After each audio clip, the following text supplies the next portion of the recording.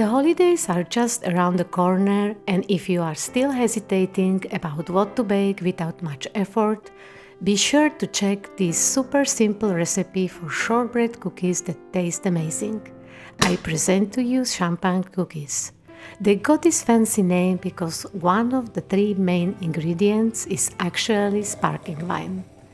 Every time I prepare these cookies, in addition to work, I also pour a glass of wine because soon it's time to celebrate. Other ingredients that I will use to prepare these super tasty and fragile cookies are plain flour, ideally sifted, butter, and powdered sugar to taste. I also prepare a variation with spelt flour, so I will prepare one batch from plain wheat flour and the other from plain spelt flour. As for the ratio, the rule is as much flour as butter, but for 250 grams of flour and also butter, I use 6 to 7 spoons of sparkling wine. This way I prepare approximately 2 large cookie sheets. I mix the flour, butter and sparkling wine together in one bowl. Ideally, if the butter is not too melted but just soft.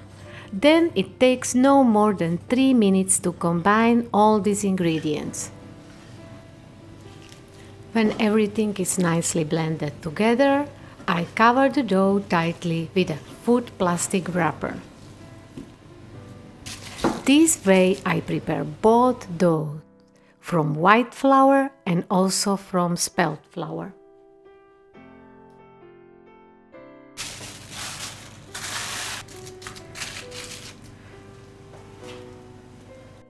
I put both doughs in the refrigerator to rest, ideally for 1 hour, but no more than 2 hours, as the batter dough would then be too stiff and harder to work with.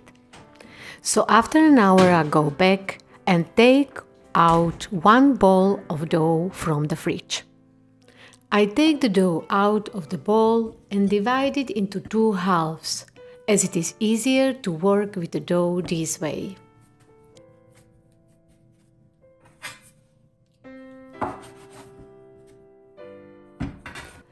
I flour my board and start rolling. I roll out the dough to a thickness of approximately 3 mm, but no more than 4 mm. The dough should not stick to the worktop, so I gently flour it continuously.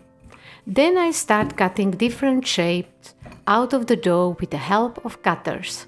For Christmas I use Christmas cookie cutters, for Easter, Easter. I place the cut dough on baking paper, which I cut to the size of a baking sheet. When I cut out the roll-out dough, I combine the rest of the dough into one dough again and roll out again until I have used up all the dough. I usually get 2 large cookie sheets from one batch of dough. When I cut out the first sheet, I turn on the oven to 165 degrees Celsius, hot air heating. When both trays are full, it's time to bake. I put the sheets in the oven together on the second and fourth shelves. The cookies are baked for approximately 14 to 16 minutes.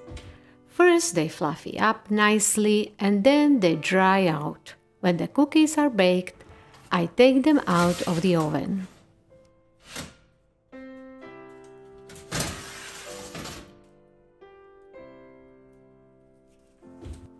I've wrapped the cookies baked in this way in powdered sugar and transferred them to a plate.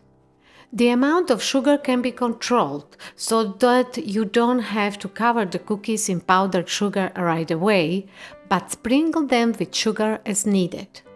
I worked with the cookies carefully so they don't break, as they are airy and fragile.